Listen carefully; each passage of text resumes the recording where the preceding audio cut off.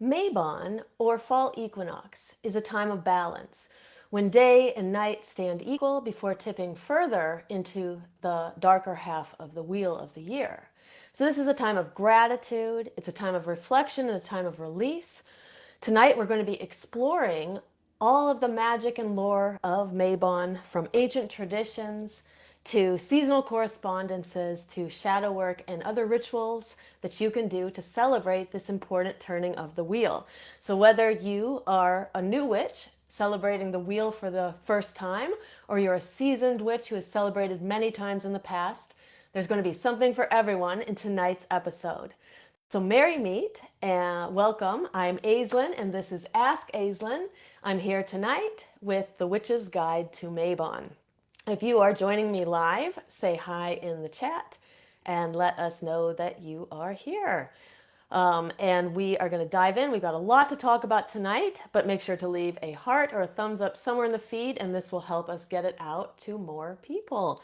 So we are going to dive in, and we're going to be starting by talking about the timing of Mabon. Then we'll talk about some correspondences as well as different ways that you can celebrate. What I do want to open up by saying is that Mabon is like all Sabbats, is a seasonal energy.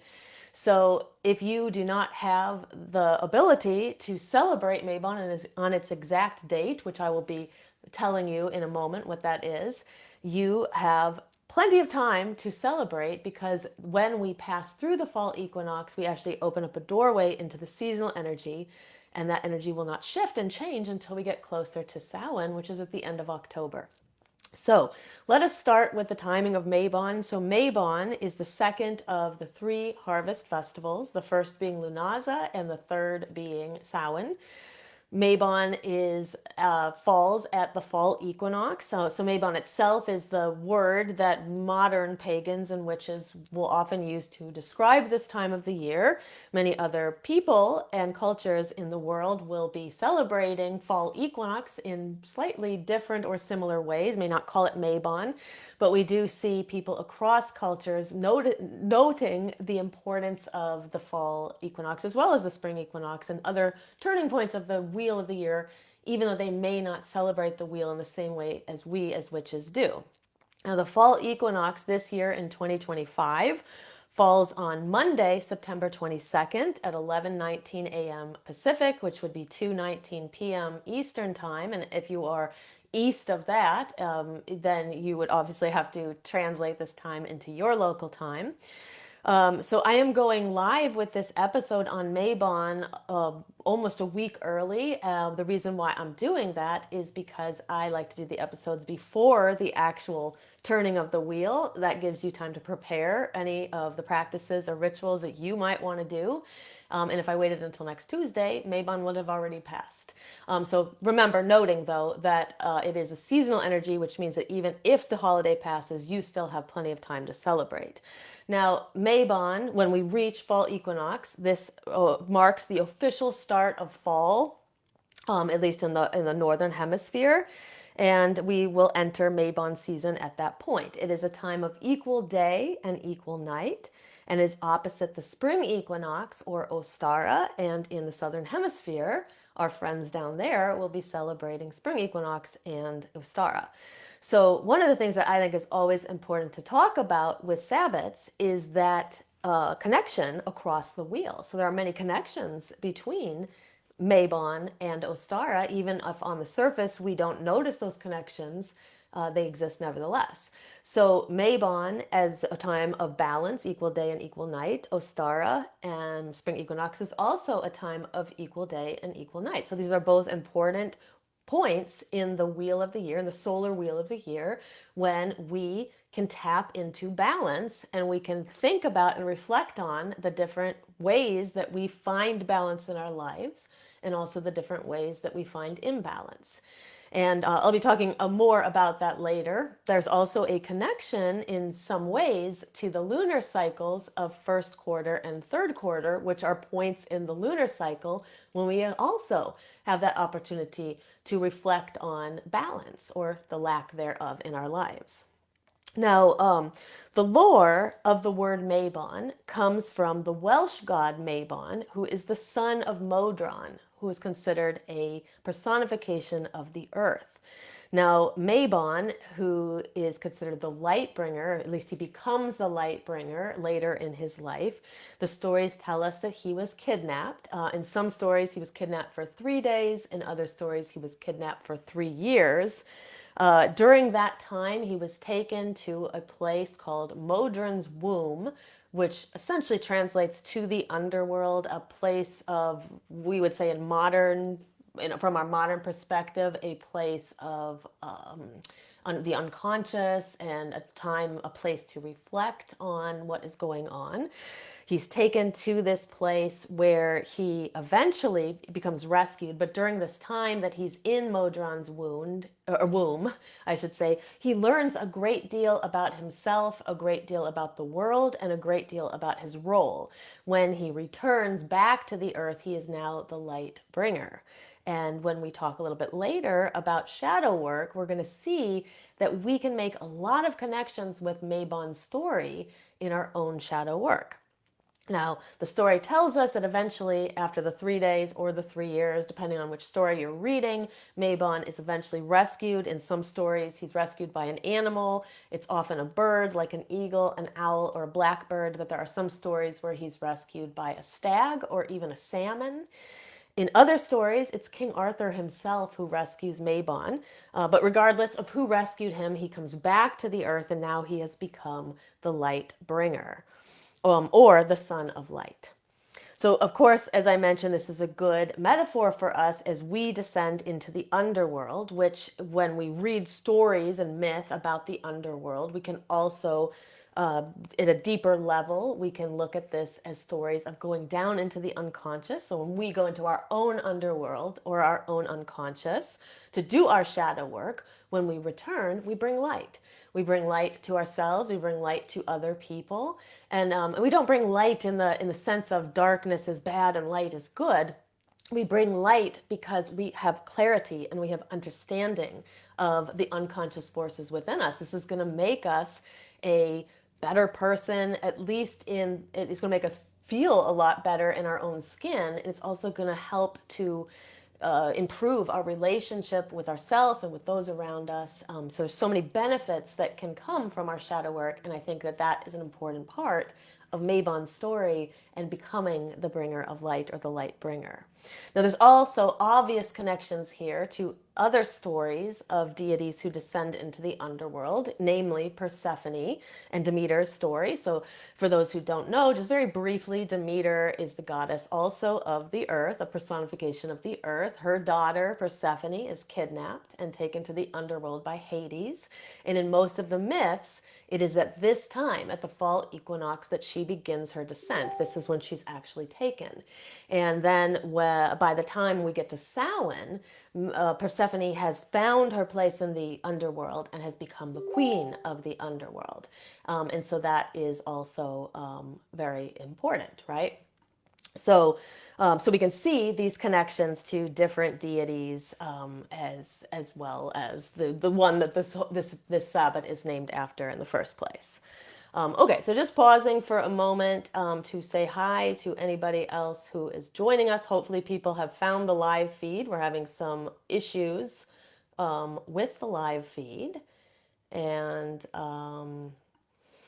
hopefully people have found us. And I don't know what's dinging on my computer, but okay, now I can see the feed. So merry meet to those I see here. So Cersei is here, welcome, and Chelsea and Cindy and Andrea. So happy to see you all. Okay, and of course, let us know how you like to celebrate Mabon, if this is going to be your first Mabon to celebrate, or if you're somebody who celebrated for a long time, let us know in the chat. So let's talk about some of the roots of Mabon as well. So kind of continuing this idea of where does Mabon come from. There's also agricultural roots. So obviously our ancestors our ancestors did not have the technology and the science that we have today. But nevertheless, they were intuitive and could view the world and see the cycles that were going on around them and could see the changes in the earth. And so this was a time when there would be many harvest celebrations. This is a time when things are ripe, right? Things are being harvested, and in many places we start to move more deeply into that darker half of the wheel at this point.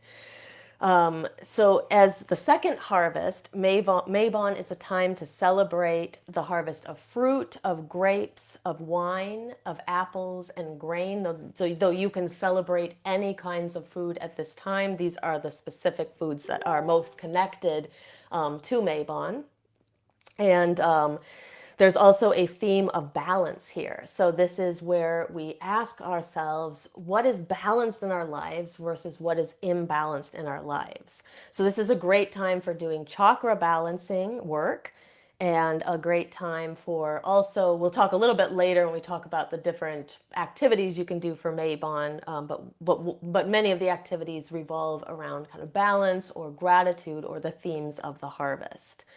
Now, there are harvest festivals across the world and various cultures at this time. Also, in our modern day world, there are cultures and places all across the world that celebrate something similar to a harvest festival at this time. They won't call it Mabon. They will not call it Mabon in most places, but they will do things that will look very similar to some of the practices that we would also do as we were celebrating Mabon.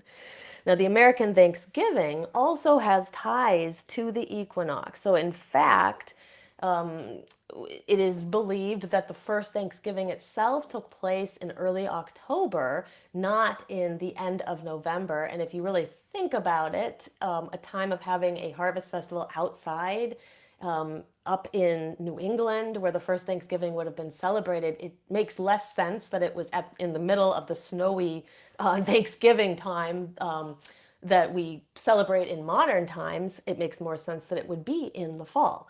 So this led modern pagans to begin to adapt our own Mabon celebration as the witches' Thanksgiving. And so many covens will celebrate Mabon as the witches' Thanksgiving. Many individual pagans who are solitary will also celebrate this time as the witches' Thanksgiving. And just a note for those who are interested in history, so the our modern day Thanksgiving was moved to the end of November in 1939 by FDR in an attempt to stimulate the economy during the Great Depression. And so from that point on, Thanksgiving in the US was always celebrated at the end of November. But honestly, from a witch's perspective, once I learned and I realized I was a witch and began studying witchcraft, 30 years ago, it made way more sense to me to have a harvest celebration like Thanksgiving at this time of the year. So, take it how you want. But in personally, our own in-person coven has often celebrated Thanksgiving at Mabon, and we have people bring food, and we'll roast. Many of us are vegan or vegetarian in the coven, but we'll roast like a tofurkey or something like that, and then we'll have some kind of a vegan vegan vegetarian Thanksgiving at Mabon. So let's move on. Let's talk about some correspondences. So I always love sharing correspondences because I know that witches love their correspondences as much as I do. So the correspondences, so colors, and you can interweave any of these correspondences into your rituals, into your practices, just even into your day-to-day life as you move through Mabon season.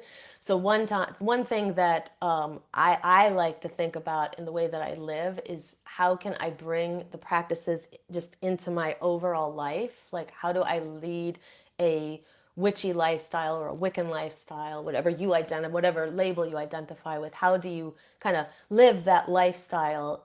So not just celebrating, like we all know about Christians who only go to church on Easter Sunday or on Christmas Day.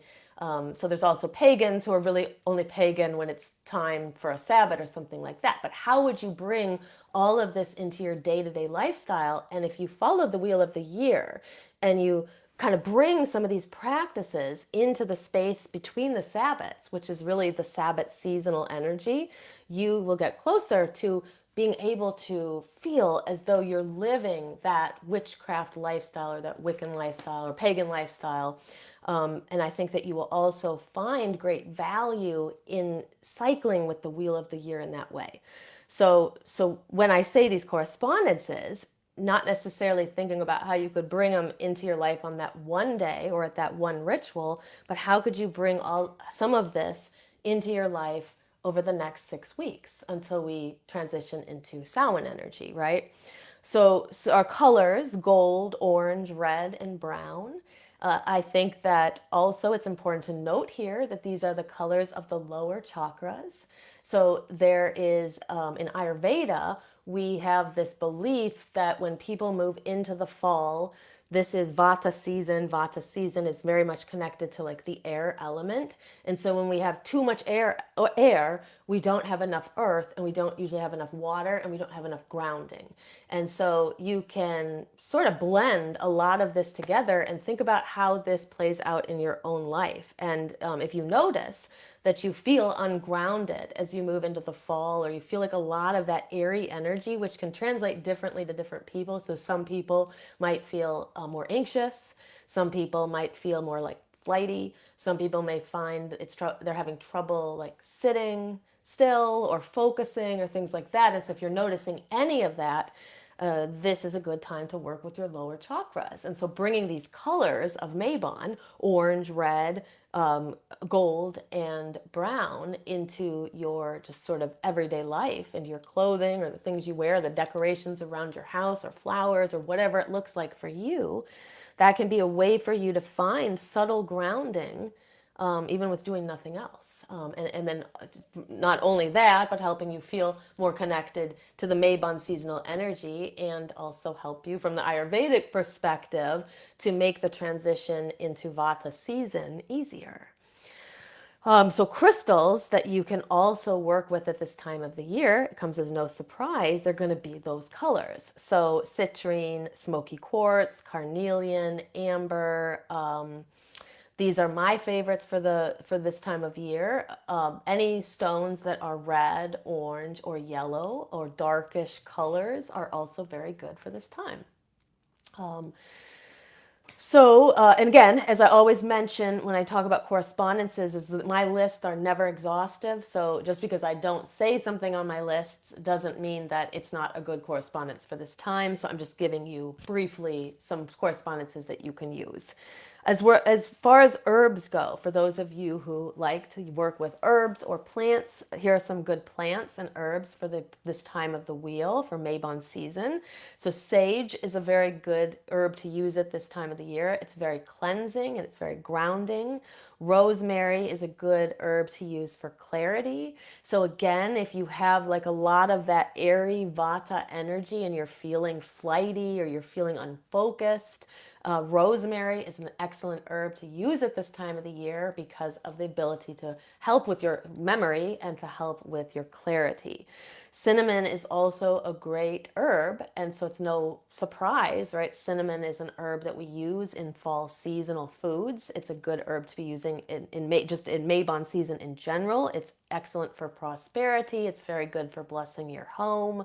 Some people like to use the practice of blowing cinnamon through the doorway on the first of the month or on the new moon of the month. And so that could be a nice practice to begin here at Mabon season, because as I'm going to mention a little bit later, that Mabon is actually going to fall right at the dark new moon this year. So this would be a great practice to use. Mugwort, thyme, marigold, yarrow, and parsley are also some other good herbs for this time of the year. But again, my list is not exhaustive in any way. Other correspondences. So foods, apples have many different magical reasons for using them in your practice. So they are believed to be a fruit that brings knowledge. So we think about the story in the Garden of Eden of the apple being what carried knowledge, and some people, like women, being forbidden from having that knowledge, as the story tells us. But apples are a great magical tool that you can use if you cut open an apple. Most of the time you'll be able to see the pattern of the star inside of it, which connects us to the 5 elements, including spirit. Apples are also very good for healing. You know, there's the phrase that an apple a day keeps the doctor away. And while it's, you know, a cliche kind of phrase, you know, apples are very good for us. And so they do have this ability to keep us healthy. And so they're very good for healing. Grapes and wine are good for celebration and for transformation as well. And so you can bring those into your ritual, onto your altar as symbols. But you can also think about, how could I incorporate grapes or grape juice into just the way that I'm cooking or I'm eating during this time of the wheel. Squash, corn, bread, and nuts. These are also great foods for Mabon season. And then there are some symbols, which I will go back over a little bit later when we talk about kind of building an altar for Mabon.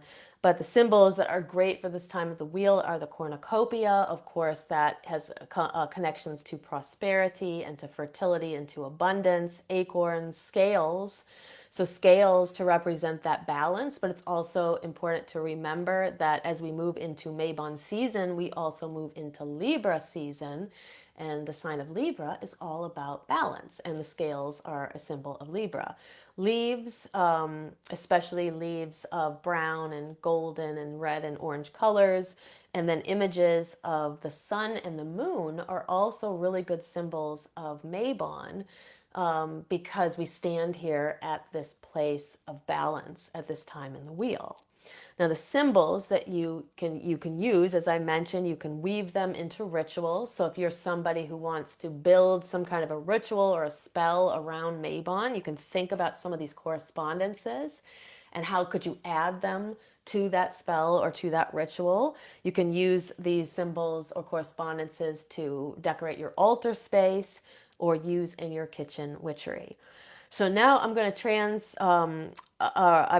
kind of transition into talking about some ritual ideas and just some practices that a person could use during Mabon season. Again, remembering it doesn't all have to be done on the day of Mabon. You got plenty of time to do it. And saying hi to a few more who are joining us. And I see Andrea says she does simmer pots with some of her herbs. And simmer pots is a very popular practice at this time of year. Taliesin said he loves cooking apples at this time of year. Very popular practice as well, cooking apples or squash or different kind of the fruits of Mabon, right? Or vegetables of Mabon. And Misty's also here. Merry meet. Merry meet, everybody. So again, I would love to hear from you. How do you celebrate Mabon? So whether you're live or you'll be joining us later in replay, how do you celebrate Mabon? And if there's something in this next part that I talk about, a practice that you'd like to try, we'd also love to hear from you. And I'm also going to take a moment here just to mention that we've been having some trouble with the Facebook Lives, and I don't have an idea of when this will change and if it will change, if it will ever get better.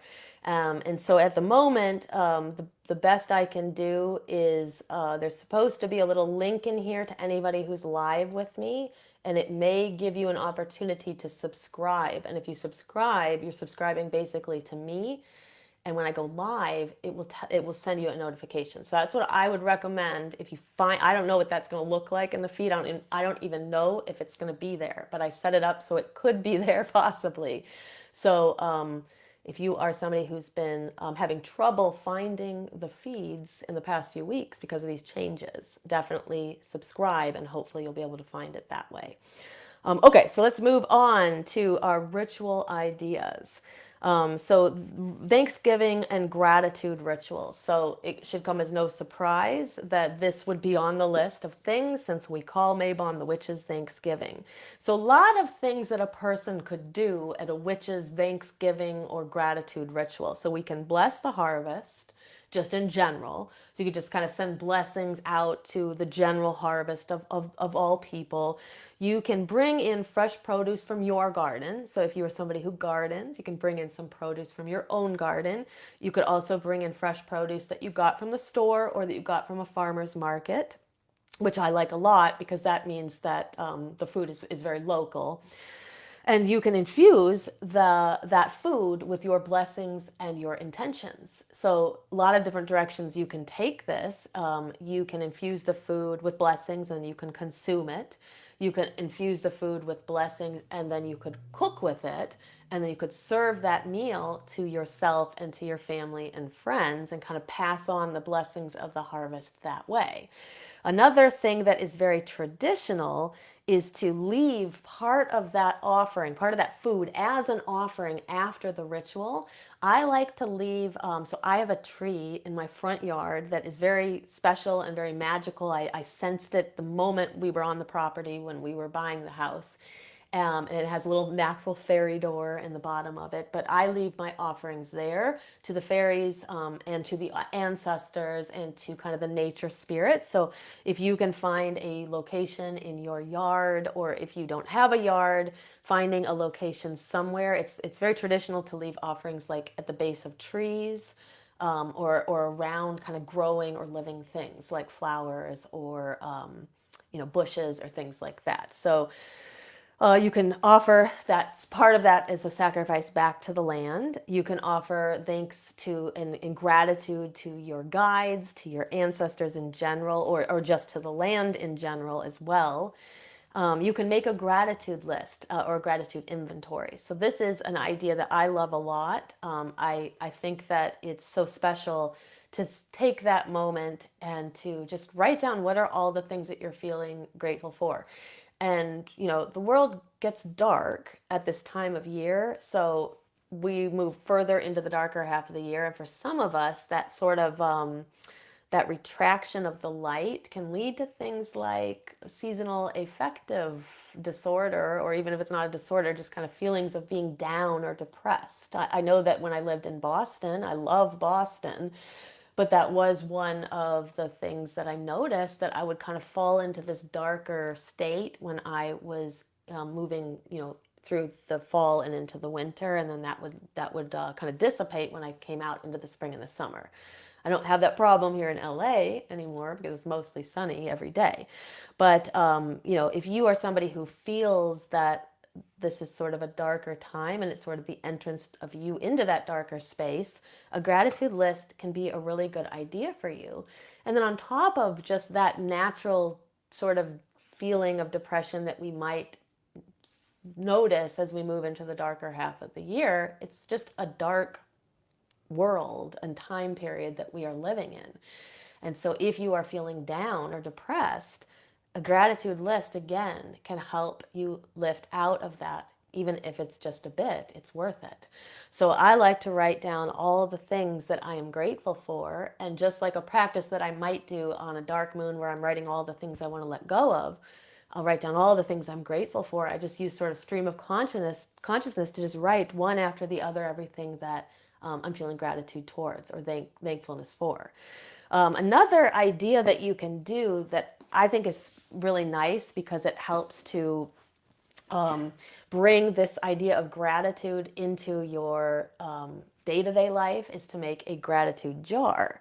So rather than write all the things you're grateful for down on the piece of paper and then do with it what you will, you can write them down on separate slips of paper and then you put it in a jar. And now you can do a lot of things with this. You can put like some of those herbs that we talked about that are kind of connected to the Mabon season, some of the stones that are connected to the Mabon season. You can put ribbons around it and the color, decorate it in the colors of Mabon. And then you put all of these things that you're feeling grateful for into the jar. And then what you can do with this is as you move further into the wheel of the year and maybe you start to feel depressed or down, or maybe something really gets you down in the news or just in your life in general, you pull something from that jar and you read it and you think about that and you reflect on it. And so it's very, very simple. It's so simple that sometimes people will just disregard it as just a stupid practice that won't help at all. And Those are usually the people who need it the most. But it just that very simple little act can make a big difference. So if it's something that sounds good to you, I would definitely recommend it. So those are kind of gratitude practices, Thanksgiving practices, the way that we could make Mabon into the witch's Thanksgiving. So another theme of Mabon is the theme of balance. And so a balancing ritual is also a good idea at Mabon. So one idea is to take two candles. You could take a candle that is black and a candle that is white, or a candle that is silver and gold, like we talked about the sun and the moon energy as well. And you light those candles together and then honor the balance within you. Lighting a black and a white candle and thinking about your light parts and then your darker parts and how all of those parts are you, and how could you integrate more of that together into you as one person, rather than thinking of it as like, these are the things I don't like about me that I don't want to think about, and then these are the things I do like about me that I do want to think about. How could we integrate that so that we become more whole, right? Because when we're kind of shaving off parts of ourselves and not facing parts of ourselves, we're going to have a harder time finding that wholeness. So lighting the candles together, white and black, and thinking about how balance could be brought into your life, meditating on where you feel imbalance. And your imbalances can come from a variety of different places. So if you have never done a balance wheel before, I will be sharing it in the Facebook group, I believe tomorrow, so people have a template of how you would use one. And then if you're watching back later on YouTube, I'll just put the link below the YouTube video. But a balance wheel, for those who've never seen it before, it's a wheel, or like basically you draw a circle on a piece of paper, and then you divide that circle into as many pie pieces as you want, and each pie piece is an area of your life. So you would start writing in the pie pieces, family, friends, work, play, sleep, self-care, exercise, diet, like literally anything in your life that feels like it's an important aspect of your life. And then you start to reflect on how much of your energy goes to that part of your life. And the idea here is to try to have balance. So if we notice that like a lot of our energy is going towards work and not a lot of our energy is going towards play, or we find that that we're not really exercising, or maybe we're not focused on a balanced diet, or we're feeling maybe isolated, or different things like that, you'll start to notice where the imbalances lie, and then you have information about how you could help bring yourself back into balance if it's important to you. Like, so sometimes, like, for example, being alone or isolation, you just may go through periods of time when it's just a natural inclination to be there. But if you start to notice that you feel lonely, then you're going to know that that's an imbalance, right?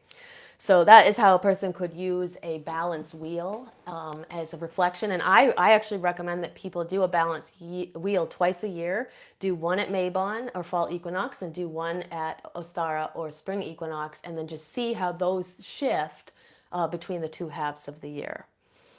Other balancing practices, chakra balancing in general is great because it's just a way to balance your energy. So if you're somebody who's never really worked with chakras, or maybe you have, but you haven't done it in a while, this would be a good time to start at the root, because like I said, those lower three chakras are very connected to Mabon. Kind of start there, start working through the lower chakras, and then you can begin to work up with the higher ones. But or just doing an overall chakra balancing practice or meditation or something like that. There's also a breath called Nadi Shodhana, which is the alternate nostril breathing, which is excellent for balance, so therefore excellent at Mabon and Ostara. So Nadi Shodhana is very simple. There's a lot of elaborate instructions of how to do it, but at the very simplest form, you are just going to breathe in and out through opposite nostrils. So you like close off one nostril and breathe through the opposite one, and then you close off the other and breathe through that one. And so this is said to balance the Ida and the Pingala, or the feminine and the masculine energy channels in your body, and then it just balances your overall energy. Other ideas for Mabon releasing rituals are very good. So Mabon has a similar energy to the third quarter moon, like I mentioned before. And so this is a good time to kind of check in with what is not serving you. So at the third quarter moon, this marks the space when we start to move from, the waning gibbous to the waning crescent. And as we move past the third quarter into the waning crescent, the energy of a release becomes more and more and more pronounced until we get to the dark moon, and it's like usually at its height.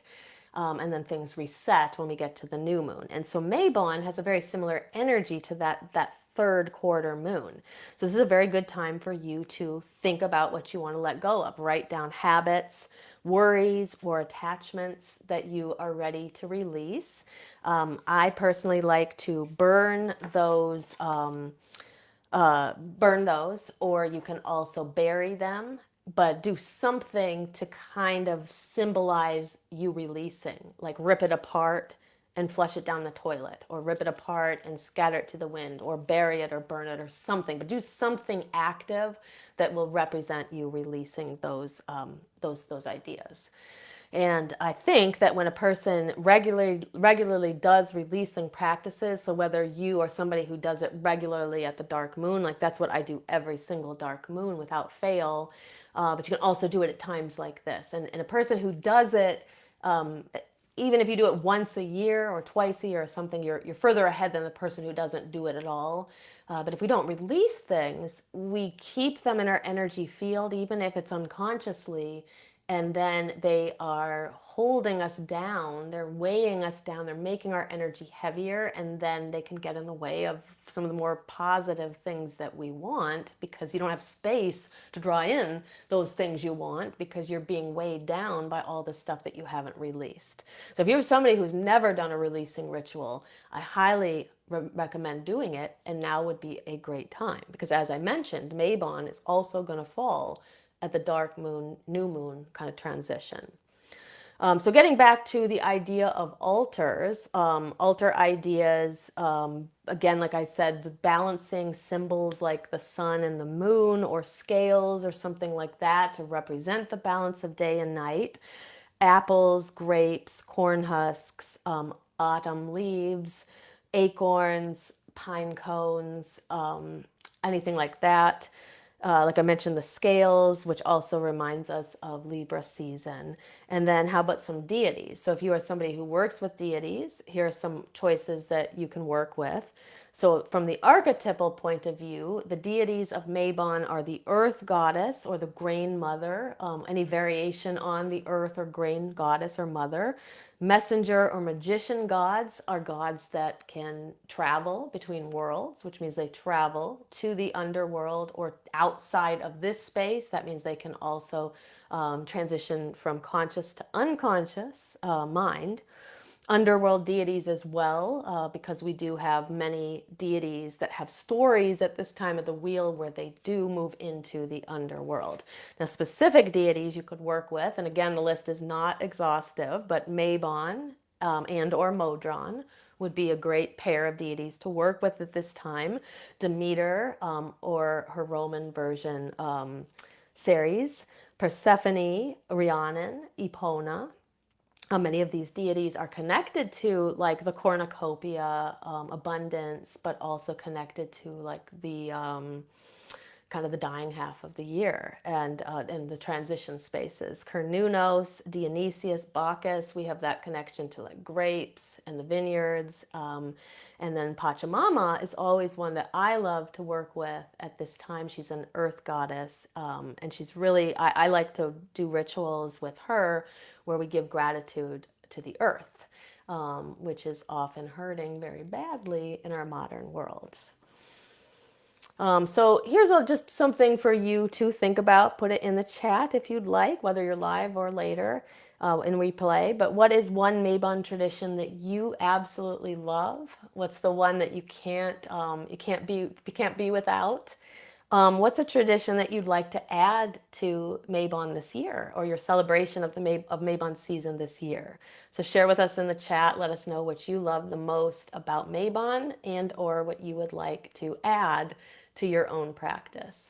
And I'm just going to go to the chat, and then we're going to talk a little bit about shadow work for Mabon before we close. Um, Sam said, Mabon Harvest Home is the time when we celebrate retirements and elderhood, the moving of our elder members in senior status. This is a part of celebrating the Wheel of the Sabbath as rites of passage. Yeah.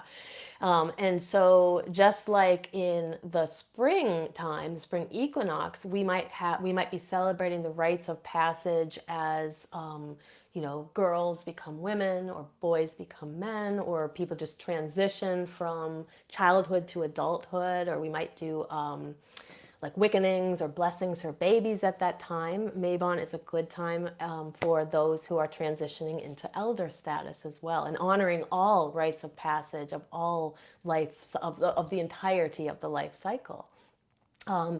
Taliesin said he's excited about Persephone, and we are in our own coven, in our Shadow Seekers membership, we're going to be working with Persephone at Mabon this year.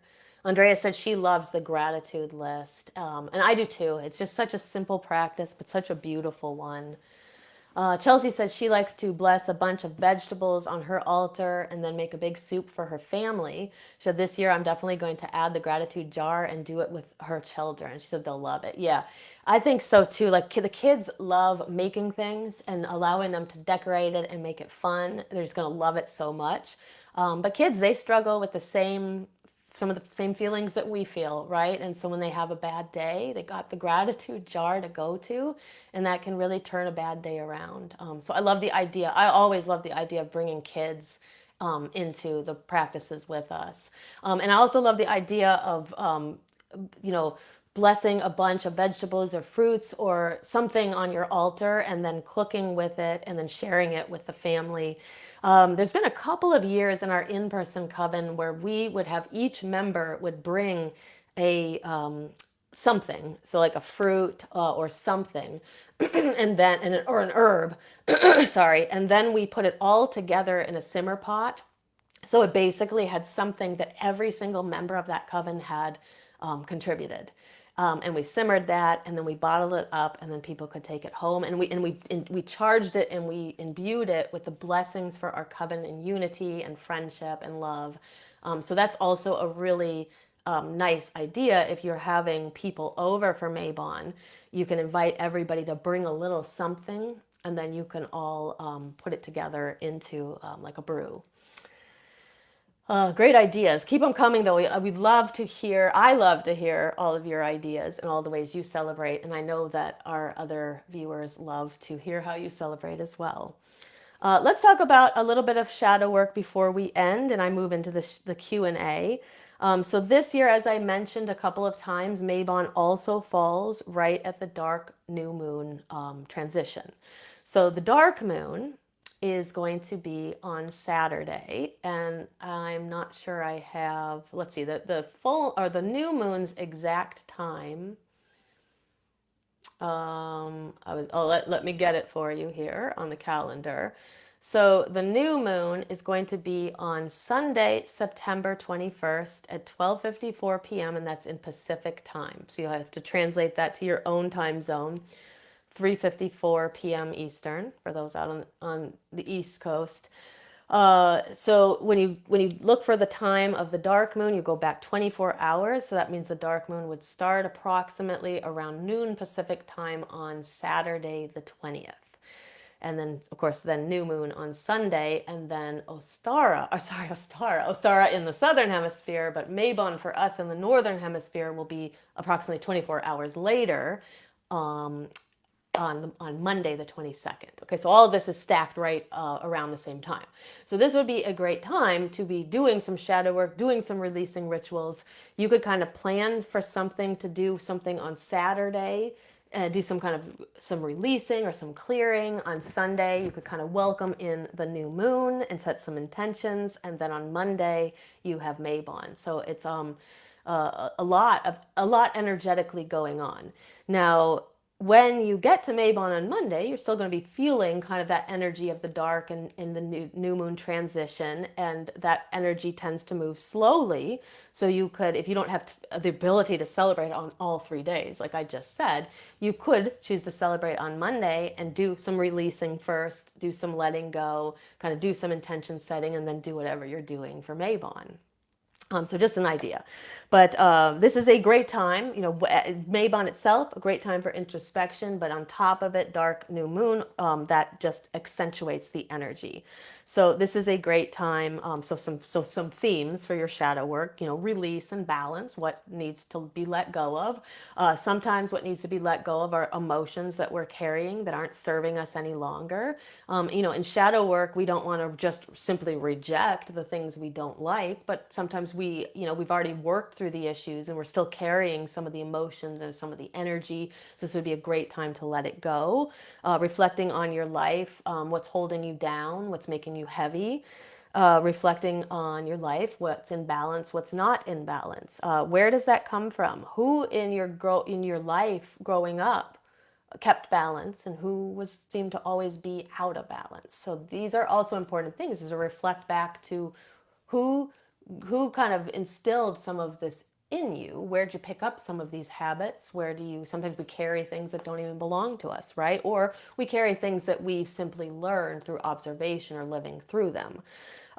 You can also contemplate death and renewal. If you have fear of death, this would be a theme that you could work with in your shadow work.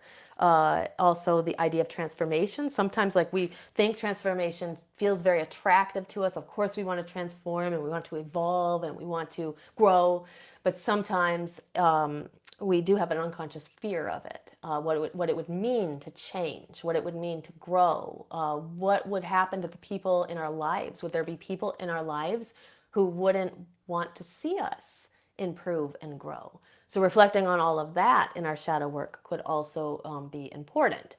And let me see a couple of other, I had some prompts that I have for you. So for those who like to do prompts, there's a couple of different ways you can do shadow work prompts. You can literally just shadow journal, where you write the prompt down and then you kind of journal on that. But sometimes people don't like to journal. I'm not super keen on journaling because I write all the time and it's just more writing, and sometimes I don't want to do more writing. And so what I like to do is I like to just take a walk around dusk, or nighttime, but you can take a walk at any time, and then I think about these thoughts, these ideas, these prompts. And then maybe sometimes I'll take my phone with me and I might speak into the voice memos on my phone so I could record my thoughts on the different prompts. So that would be a way for somebody who didn't like to write or didn't like to journal. You can also get into a meditative state or get into a very nice yin yoga pose, and then you can contemplate these thoughts as well as your body relaxes. You have an easier ability to kind of drop into your deeper bodies, like your mental body or your emotional body, and then from that space, things may come to the surface that you hadn't thought of before. So for those, so these are just some different ways that we can use the prompts. Oh, and then another way you can use the prompts is through pulling cards. So you can ask the question and then pull an oracle card or a tarot card or a set of cards and see what comes up for you. So here's a prompt for you. What have I harvested this year, spiritually, emotionally, physically, or all of those? So what have I harvested this year, spiritually, emotionally, or physically? So kind of reflect on that. Question for balance. Where in my life do I feel out of balance? Where in my life do I feel out of balance? Question about release. What must I release to move into the darker months with more clarity? Sometimes we get confused and kind of stagnant in our thinking. So what could you let go of so you'd move into the darker months with more clarity? And then thinking about the blessings that you have in your life. What blessings can I carry with me into winter as sources of strength? So when you start to feel like your energy is depleting, what blessings can you remind yourself about that will help you remember your strength? So I hope that helps. That is what I have for you today. Mabon season is, Mabon is one of those Sabbats that sometimes people pass over. They don't celebrate. People gravitate towards the more popular ones like Samhain. Yule is usually quite popular. I would say that Beltane is very popular. But sometimes people just skip over Mabon. So if you're somebody who's never celebrated Mabon, now is a good time to start. And now you have all of these ideas here in the Witch's Guide to Mabon. So I am now going to open it up for the Q&A. I'm going back to the chat though. And again, anybody put in the chat how you celebrate Mabon or how you're going to celebrate Mabon or how you'd like to celebrate Mabon. Chelsea said her daughter, who was 6 last year, helped her bless the vegetables, and then they made a soup together. It was sweet, very sweet, and she loved helping. Yeah, again, I love helping bring the kids into these magical and spiritual spaces with us. Andrea said, I will incorporate the blessed vegetables this year and the gratitude jar this year. She said she loves those ideas. Great. Okay, so I am going to put questions in the chat if you have any questions about shadow work, witchcraft, or energy work. It doesn't have to be about Mabon. Anything's good here for the Q&A. I have a couple of questions that were left for me, and I'm just going to share some ideas about them. Oh, but before I do that, I always bring the books out and then I forget to share the books. So here is a book. This book is Mabon, Celebrating the Autumn Equinox by Kristen Madden, and this is part of the Llewellyn Sabbath series. So I highly recommend these books. Each one is done by a different author, a different Llewellyn author. And you can, what I did is over a course of a couple of years, I just kind of invested in these books, buying one when I could until eventually I had the entire series. But the books are great and they go through in much greater detail some of the things I talked about tonight, from the lore to practices, to rituals, to recipes, to correspondences, and everything in between. So this is a book exclusively about Mabon. But if you want a book that is about Sabbats in general, I recommend this book, The Sabbats by Elaine McCoy, also a Llewellyn author. And then this book is similar to the Sabbat series, but you have all of it in one book. So it's a little bit less information, but you do have all 8 Sabbats all in one book. And then a book that I've always loved, one of my first books I got like 30 plus years ago. This is Celebrate the Earth by Lori Cabot, and she also kind of goes through every Sabbat and has different recipes and spells and correspondences as well. So if you are a book lover, this is a good time to invest in your library and pick up some books for Mabon. So eventually, I should I should be what do you call it? I do not get paid for recommending any of these books, but believe me, I probably sold a lot of books for other authors by me recommending them. So anyway, all right, let's go on to these questions. So here is a question from William. So William has a very good question that I have the feeling that a lot of people may relate to this question. So he said, his question is, how do you integrate, and I think by that he means, how do you integrate everything, your shadow self, everything all in together? He said, while I know the process of healing, growing, learning doesn't end, which we always say, your shadow work and your spiritual evolution never really ends. He said, I know it doesn't end. I sure could use a span of time off from staring into the darkness. He said, I'm having trouble remembering what happiness feels like.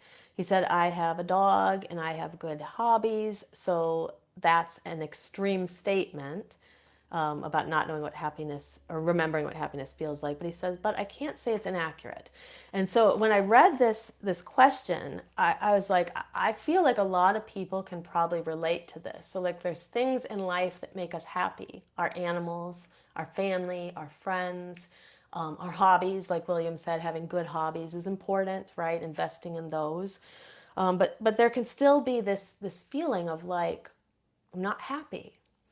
So we can find that individual happiness, and it is important to lean into those things, the love of our animals, the love of those around us, the love of the things that we love. But it's also important to honor that side of us that longs for happiness or feels unhappy, kind of overall and in general. And so I think, with the state of the world, it seems the news is always getting worse and worse to me every day. And it can be hard to stay happy. It can be hard to find joy. It can be hard to stay focused on the good things when we're constantly being pulled back by the things that seem not so good.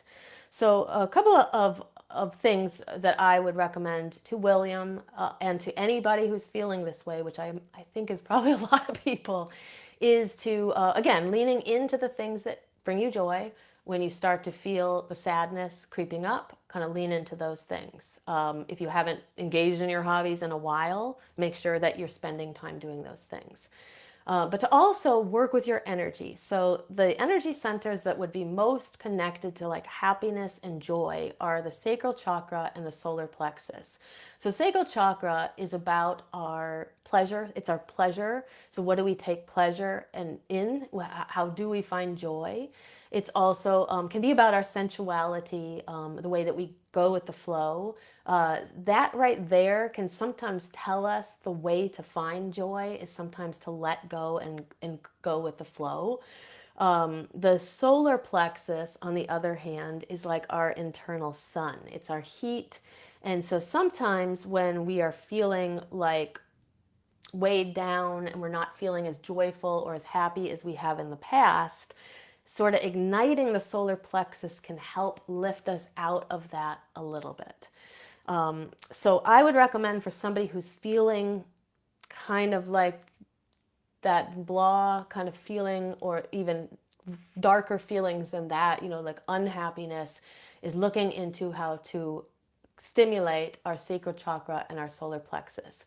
Now we do have videos on both of those on the Body Mind Witchcraft YouTube channel, and later I will drop a link to them below the video for anyone who wants to check them out, and it's going to give you lots of ideas of how to stimulate those two chakras.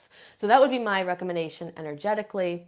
Emotionally, always, if you feel like you need someone to talk to, reaching out to friends, to family, and if you need a professional, reaching out to a therapist or a counselor or a spiritual counselor or something like that.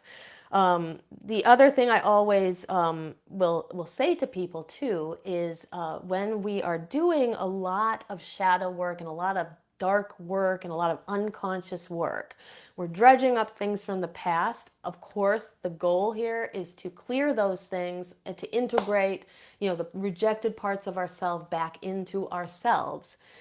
But it can get heavy if you're doing it all the time. So that's why even in our Shadow Seekers membership, we take breaks from that. And I don't necessarily tell members, hey, right now we're taking a break from the heavy stuff. I just schedule things that are a little less heavy. So for example, this month, our workshop, like last month, we did like shadow work of breaking bad habits. And we have been doing some heavier work. We've done mother wound and father wound and inner child stuff. And so this month we did mantras and mudras, which lifts people a little bit out of like thinking and contemplating about the dark stuff all the time. And it just teaches them tools that they can use for healing. So I recommend that to anybody, not just the people in our membership, you don't need to be in your shadow work all the time. It's like a lifestyle, like William said, he knows the growth is something that never really ends. He came here to evolve spiritually, and that's what we're here for. But when you notice it's too much, if you notice you've been doing it for a while, just study something else, like study the chakras, study, like that's why we're doing mantras and mudras, study a little astrology, study some spell work, study something else to kind of lift you out of it. So I hope that helps. Know that you are not alone. Anybody listening, William, and anybody listening who relates to this, know that you are not alone. It's a tough world that we chose to incarnate into. We chose for some reason to come here at this time and this place. So we need to, when we notice ourselves being pulled down, we need to find the tools that can help lift us out. Another thing I would mention too is that breath work can be very uplifting, like especially the breath of fire is a great one for the solar plexus, and usually will give people a little boost of energy, but also will boost your mood. So I hope that helps.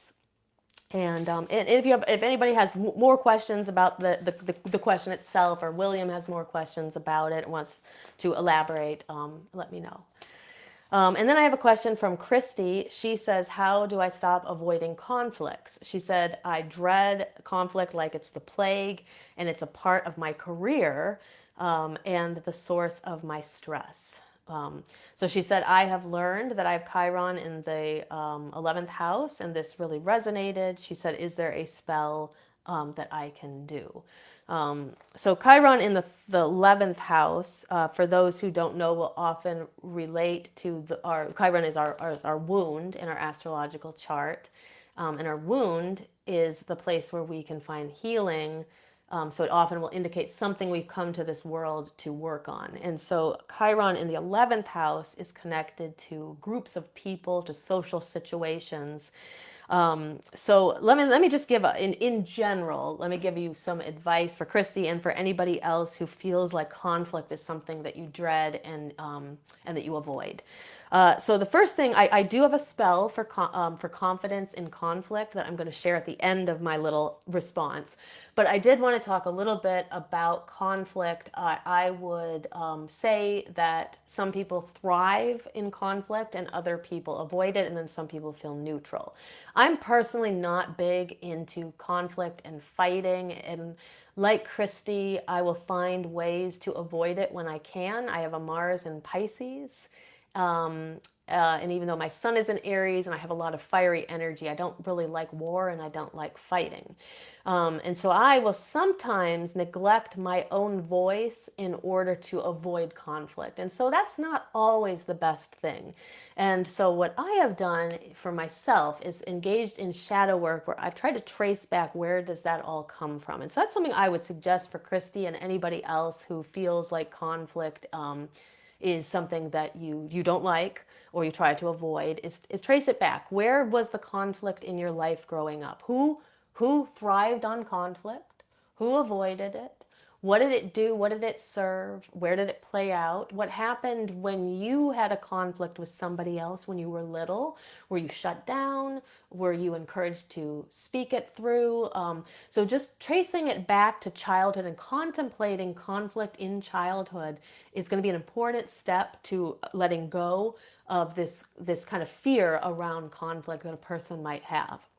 And then you can fast forward, once you've kind of reflected on childhood, you can fast forward to other key points of your life where there has been conflict, and then note how did you react to it. Also, key points in your life when other people were in conflict, and what happened. And sort of look at those, analyze those situations, and see what messages you picked up during that time.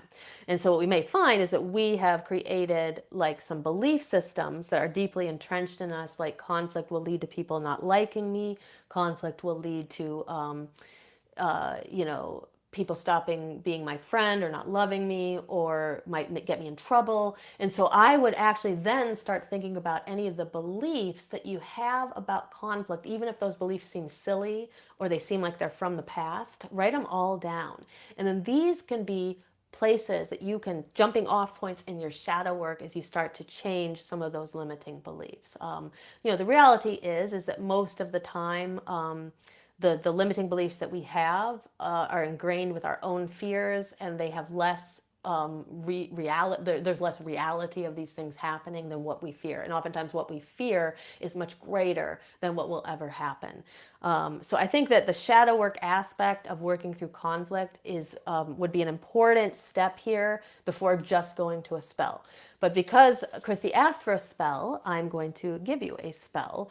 So here's a little spell for a courage in conflict. So you will have a candle, and you should choose the color based on sort of what aspect of this you want to focus on the most. So if it's about communication, the color of the candle could be blue or yellow, depending on what color you connect to the air element in communication. If you're trying to kind of kindle your courage, your candle could be like red or orange or yellow or something like that. A pen and a paper, a bowl of water with a pinch of salt. You can just add that for some grounding. and then an essential oil, and I would recommend like frankincense here or bergamot, but any oil that you're drawn to will be absolutely fine. So then what you're going to do is you want to ground down, like any ritual or spell, you want to ground down first. You can kind of anoint yourself with the salt water if you want a little extra grounding. And then I would go ahead and light the candle. And you want to focus, as you light the candle, you could do a little candle gazing and focus on the flame and focus on burning away any of the fears that you have for for conflict in general. And so I see if you've done the shadow work first, you're going to have like all these limiting beliefs and fears and everything already written down. And then as you kind of do this candle gazing and this candle meditation, you can focus on those limiting thoughts. Um, uh, you can then write down, here's just a thought for like an affirmation, but you could always adapt it or change it to your own needs. So I face conflict with courage, with clarity, and with compassion. So the spell is about facing conflict. So you can insert different words that you've maybe through your own shadow work, you've decided, well, these are the qualities I want to bring in that's going to help me face the conflict. And you could change that affirmation or write one of your own that's specific to you and what you're working on in the conflict. And then you're going to burn the paper. So whatever you write down, burn it. And then what I would recommend doing is charging the oil that you've brought. So by charging the oil, just place it in your hands, kind of send your energy of courage in conflict into the oil. Then you can anoint yourself with that oil later when you go into the situations where you perceive there will be conflict or you expect there to be conflict. Now, alternatively, sometimes people like to do this with jewelry, like a ring or a necklace or something. So you could do the same thing. You would charge that piece of jewelry in the ritual space with the intention of courage in conflict. And then when you wear, just only wear that piece of jewelry when you go into the conflicts. And it's like your talisman of protection and courage during that conflicted situation. And then I would recommend, as far as the candle goes, you can burn it all the way down and just kind of complete the spell, or you could light it when you need courage to go into those situations where you expect there to be conflict, and then just burn it a little way down, and then you can just light it every time you're facing some conflict. So I hope that helps, and if you have any other questions or you want to elaborate on anything, you just reach out and let me know. I'm going to go back into the chat and we're going to see if there are any other questions that people have here before we close off. Taliesin said, thank you for all the ideas. He said Mabon is one of his favorite Sabbats, one of mine too. Kurt said he loves the Lori Cabot book. And okay, so put any more final lasting questions here. Let me tell you what is coming up. So as far as next week on 9/23, which would be the next episode, that's a day after Mabon, I am not sure yet what the topic will be, but I'd love to hear from you guys because I'm looking for some new topics for the fall to feature in my episodes. So reach out to me. Let me know. What do you want to learn about witchcraft, shadow work, or energy work? What do you think would be a good topic? And I'll try to incorporate that into a future episode. I also am getting ready to have a flash sale for our Shadow Seekers membership. So if you are somebody who wants to do that deeper shadow work and energy work, look for that. If you are not already on my mailing list, I recommend that you join the mailing list. I'm going to drop a link in the chat. So when you join the mailing list, you will be immediately sent a copy of the Witch's Guide to Shadow Work. And then you'll be put on the list where you'll receive updates about, first of all, you will receive the replays of all of these lives. And then you will also receive updates about things that are coming up, like the opening and that flash sale for Shadow Seekers, where I'm going to have a nice little offer for those. So if you've been on the fence about joining, it's a good time to join us. And then I'm also going to be opening up my Demystifying Witchcraft course very, very soon. I'm thinking at the very beginning of October, we're going to have it ready to go. And that is our signature course on all things witchcraft, from casting a circle to calling quarters to writing spells to all the Sabbath stuff, celebrating Esbats. So you can also look for that. If you like what you hear, leave a heart or a thumbs up somewhere in the feed. That will help us get this out to more people. And make sure to subscribe to our YouTube channel, Body Mind Witchcraft, and that way you will never miss a single episode in the future. And until next time, happy Mabon. Hope you enjoy this Sabbath, and blessed be.